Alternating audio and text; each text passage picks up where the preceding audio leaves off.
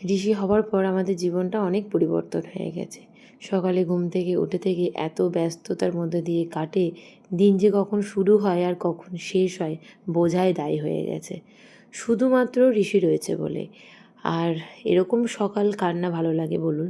সকালে উঠেই দুধ দুধ খেয়ে শুরু করে দিয়েছে তার ডান্সের পর্ব। আমিও বসে বসে কিছুক্ষণ তার ডান্স দেখলাম। আর এরপর তার আবদার হচ্ছে যে বক্স বাজিয়ে সে এখন বাইরে নাচবে। ছোটো থেকে এরকম নাচ আর হই হুল্লোড় করে থাকতে ঋষি বড্ডই ভালোবাসে। এখন অবশ্য নতুন নতুন কটা স্টেপ শিখেছে। ওই যে হাত উঠিয়ে হাত নামিয়ে বেশ মজাদারভাবে ডান্স করছে। আর ওই সাইডে অবশ্য আমি শুধু একাই যে তার ডান্স দেখছি তা নয়, সঙ্গে তার পিসিমণিও রয়েছে। আর খাটে যা আওয়াজ হচ্ছে সে আপনারা অনুভব করতেই পারছেন। ঘরে নাচ করে তার আর ভালো লাগলো না, তাই সে এবার এসছে বাইরে। বৈশাখী পিসিমণিকে তো দেখাতে হবে। এখন বাজছে দুপুর একটা, ঋষির লাঞ্চের টাইম। এই সব কিছুর মাঝে কিন্তু রান্নাবান্নাও কমপ্লিট করলাম। চানা দিয়ে তরকারি আর সব রকম সবজি দিয়ে ডাল আর তার সঙ্গে আলু সেদ্ধ। এই সব খাবার নিয়ে এসেছি তার পিসিমণির বাড়িতে, মানে বৈশাখী পিসিমণির বাড়িতে। সে আজকে এখানেই নাকি লাঞ্চ করবে। বিকেলে ঋষির বাবা কলেজ থেকে বাড়ি আসার পরে আমরা চারজনই চললাম এখন নগরে। আজকের আকাশটা কি সুন্দর দেখুন। যদিও আজকে চন্দ্রগ্রহণ রয়েছে, হয়তো তার জন্যেই এরকম একটা ওয়েদার। এদিকে পিঙ্ক স্কাই আর ওইদিকে সূর্য অস্ত যাচ্ছে, কি ভালো লাগছে। আর গ্রাম্য পরিবেশে সূর্য অস্ত যাওয়া দেখতে আলাদাই লাগে। তার থেকে বড় কথা হচ্ছে চারিদিক রয়েছে সবুজে মোড়া, মুগ্ধ পরিবেশ। এরকম পরিবেশ আমরা গ্রাম বাংলা ছাড়া আর কোথায় খুঁজে পাবো বলুন তো? তাই মাঝে মাঝে এইসব জায়গায় থাকতে বেশ ভালো লাগে। আর এদিকের আকাশটা দেখুন, একেবারেই মনে হচ্ছে যেন কি রং ছিটিয়ে রেখেছে। আগের দিন যখন এটা দিয়ে যাচ্ছিলাম তখন ওই রামধনু দেখতে পেয়েছিলাম। আজকে তাই ঋষির সঙ্গে গল্প করতে করতে চললাম যে আগের দিন এখানে রামধনু ছিল, কিন্তু আজকে আর দেখা যাচ্ছে না। এই গল্প করতে করতে চলে আসলাম দোকানের কাছাকাছি। এবার তো দোকানেই চলে এসেছি।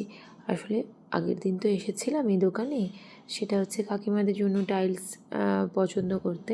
আজকে আমাদের বাড়ির কিছু কিছু জায়গায় টাইলস পার্টেক্স এগুলো লাগানো হবে। কোনটা কি নেব, তাই ঋষির পাপা, আমি, ঋষি, তার সঙ্গে ঋষির পিসিমণি সবাই মিলেই এসেছি। বেশ আজকে কিছু নতুন কালেকশানও দেখতে পেলাম। আর আগের দিন যেহেতু ঋষির পাপা দেখেনি, তাই আরও আর কি ও আসলো যে টাইলসের গ্লেজটা কীরকম একটু দেখবে বলে। এইটা বেশ ভালোই লাগছে, উডেন ফিনিশ। আমার একটা জায়গায় লাগানোর ইচ্ছে রয়েছে এই ধরনের। তো দেখা যাক কোনখানে কোনটা লাগাই।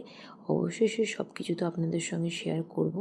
উডেন ফিনিশের দুটো টাইলস পেলাম, এবার কোনটা কোথায় লাগাই সেটা তো সেই মুহূর্তেই শেয়ার হবে।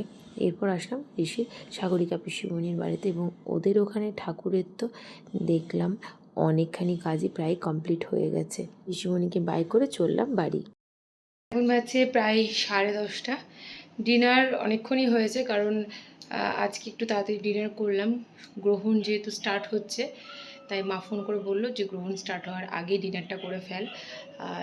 আর এটা আর কি রিচুয়াল, আমরা সবাই জানি। তো তার জন্য আজকে একটু তাড়াতাড়ি ডিনারটা করলাম। আর তারপর এর সঙ্গে একটু খেলাধুলো হলো। এখন সে নিচেই রয়েছে, তাই পাপার সঙ্গে জল আনা, তার নিজের একটা এক্সট্রা ড্রেস, এসব আর কি আনবে, এসব কাজকর্ম করছে। থপথপ করে আসছে, পায়ের আওয়াজ পাচ্ছি ওইদিকে।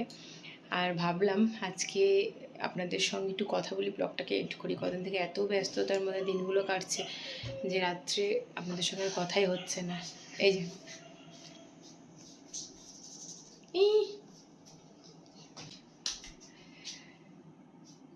যাই হোক, আজকের ব্লগটাকে এখানে এন্ড করছি। দেখা হবে কালকে নতুন একটা ব্লগের সঙ্গে নিয়ে।